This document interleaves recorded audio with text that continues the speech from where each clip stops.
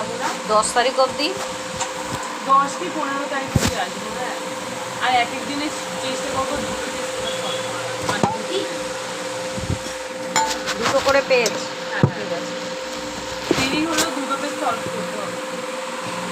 তুমি ওই ঘরে বসেও সলভ করতে পারো, ওরা এখানে করলে আমি নিচে কিছু একটা কেটে দেবো।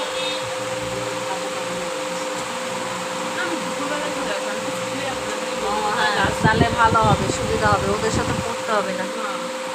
মেডেল মেডেল বাচ্চাগুলোর সঙ্গে পড়া যায়। বাচ্চাগুলো যায় আগে ভাই এখন মার্কেট করে। বড়টা ম্যাম বেশি শর্টটা করে, বড়টা ছোটটা দেখি ভালো। বড়টা বেশি এক্সট্রা পাতা।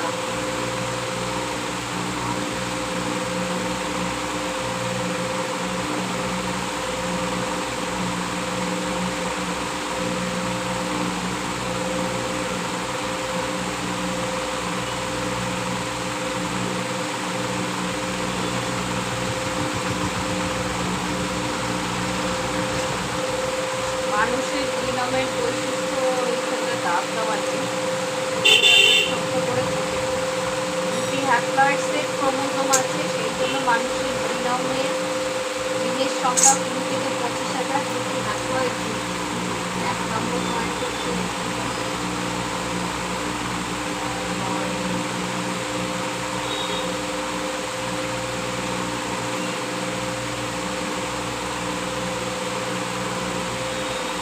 নম্বর হচ্ছে তোমার প্রতিটি জিনোমে জিনের সংখ্যা।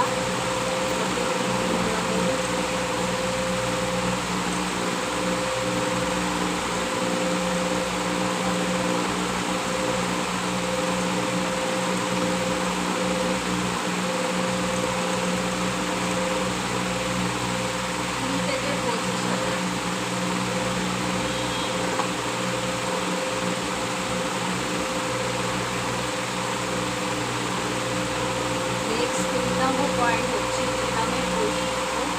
1 নম্বর ক্রোমোজোমে সবচেয়ে লম্বা ডিএনএ থাকে। 1 নম্বর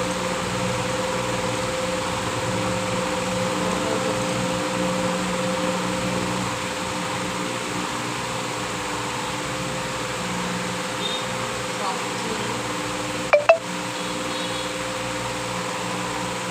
লম্বা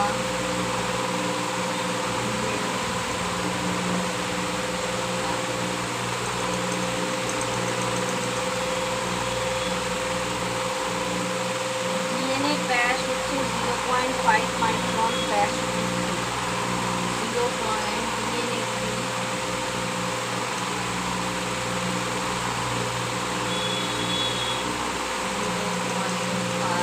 জিনোম কি ডিএনএ এর ক্ষুদ্রতম একক? মানে জিনোম অ্যাকচুয়ালি জিনিসটা কি? জিনোম বলেছিলাম না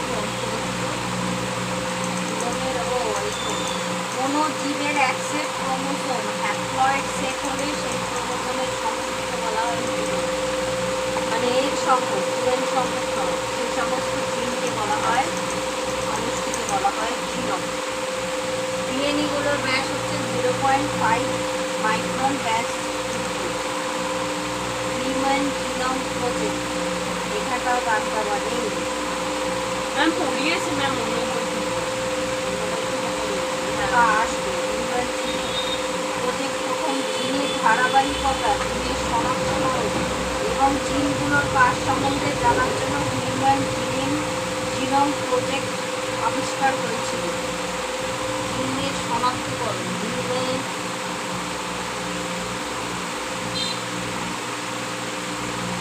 জিনোম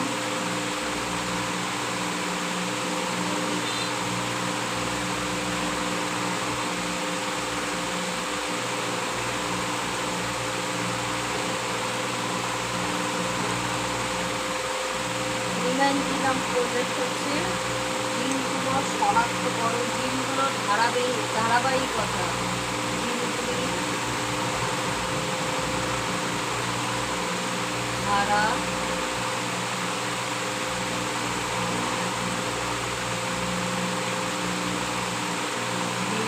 ধারাবাহিকতা।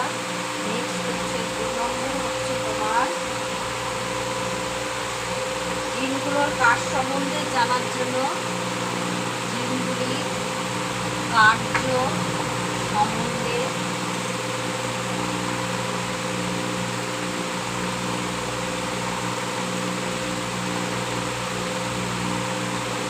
জানার জন্য হিউম্যান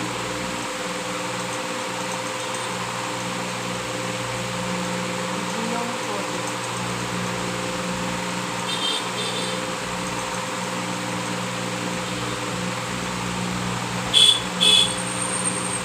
আবিষ্কার হয়েছিল।